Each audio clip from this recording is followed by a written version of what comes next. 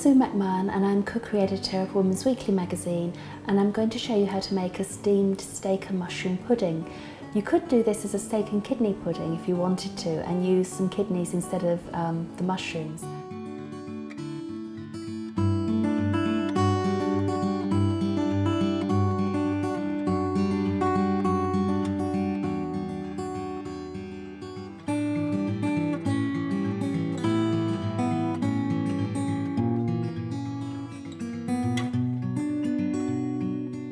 So the filling for this is really simple because everything just gets put into a bowl and mixed up. So I've got my beef, the onion, the mushrooms. The mushrooms may seem a little big at this stage, but they do shrink during cooking, which is why I haven't chopped them up at all. The thyme, the flour, which gets added to help thicken the juices, and then pepper and some salt. And then this all gets mixed so that the meat gets coated with the flour. So to make the pastry, I'm going to tip the flour and the suet into a bowl. And I'm going to add some salt and pepper to this.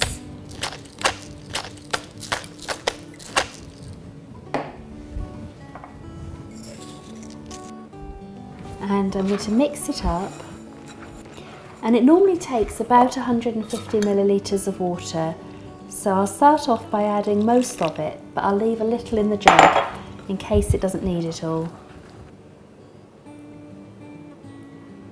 Okay, so this has come together into a dough now,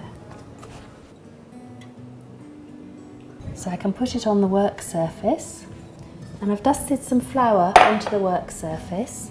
And I'm going to roll this out. And I keep lifting it and turning it to make sure that it hasn't stuck to the work surface.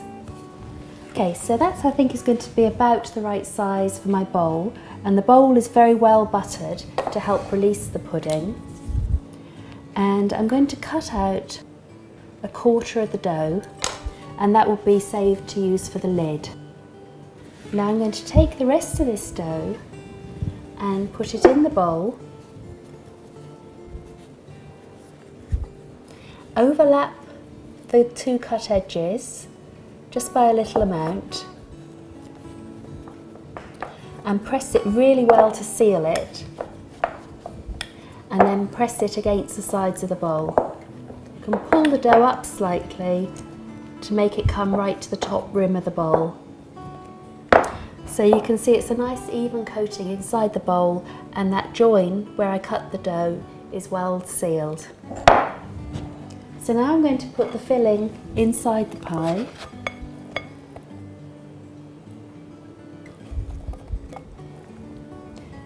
So you want the filling to be as dense as possible. So that's filled the bowl nice and high. I'm going to add some Worcester sauce to the Guinness and pour that over the top. So that should give a nice rich dark gravy. And then the piece of the dough that I reserved, I'm going to roll this out for the lid. I'm going to brush some water over the top edge, and this helps to stick the lid onto the base. So I lift the lid over the top and press it down really well to seal it. If you want to, you can cut the excess dough away, but I don't like wasting anything, and it tastes good, so I'm sort of folding it in. So that's the steam pudding. It's now ready for steaming, and to prepare it, what I'm going to do is cover it with some baking parchment, and I've cut a square of baking parchment, and I'm going to make a pleat in it. And I'm just going to cut away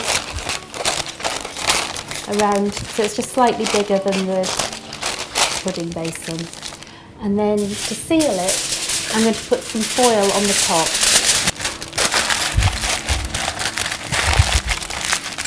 If you want to, you can tie around that with string, but I find it's normally secure enough just to have it folded over tightly like that. and then this is ready for steaming. Okay, so to steam the pudding, you need to have a nice lot of water in the base of the steamer. And whenever I'm steaming anything like these sort of puddings or Christmas pudding, I normally add some acid to the water in the bottom pan. I'm using some white wine vinegar here, but anything works, malt vinegar or lemon juice. What it does is it stops the lime scale building up on the pan as the water evaporates. So then I put my pudding in the top part of the steamer, cover it with the lid and put it on to steam.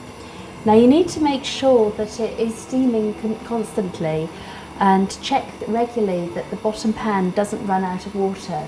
What I sometimes do is I'll set a kitchen timer for 30 minutes and then check every 30 minutes that it hasn't boiled dry, and I top it up as necessary with boiling water from a kettle. You don't want to be adding cold water to it because that will cool all the temperature. Make sure you always top it up with boiling water. And it needs to steam for about 3.5 to 4 hours. The time isn't exact, and if you're not quite ready to eat, then just leave it simmering on a low heat and it will keep the pudding warm.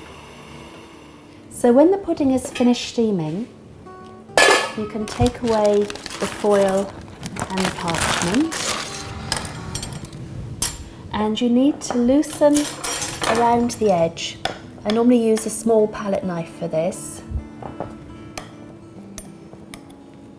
Now I'm starting to put the palette knife down and ease it away from the side of the bowl. Okay, so I've gone all the way around, loosening the sides. So I'm going to tip it onto a plate, and I've made sure that I've chosen a plate that has a lip on it in case any of the juices run out. So I'm going to put that over the top and then turn the pudding over, and then I'm going to lift up the bowl. So that's my steak and mushroom pudding. So it doesn't look so good at the moment, but as soon as I cut into it, you'll see the nice rich filling in the centre of it.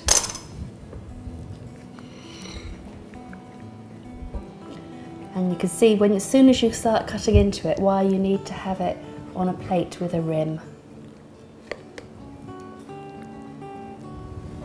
This is really good served with some green steamed vegetables, such as green beans or cabbage. So this is my steak and mushroom pudding.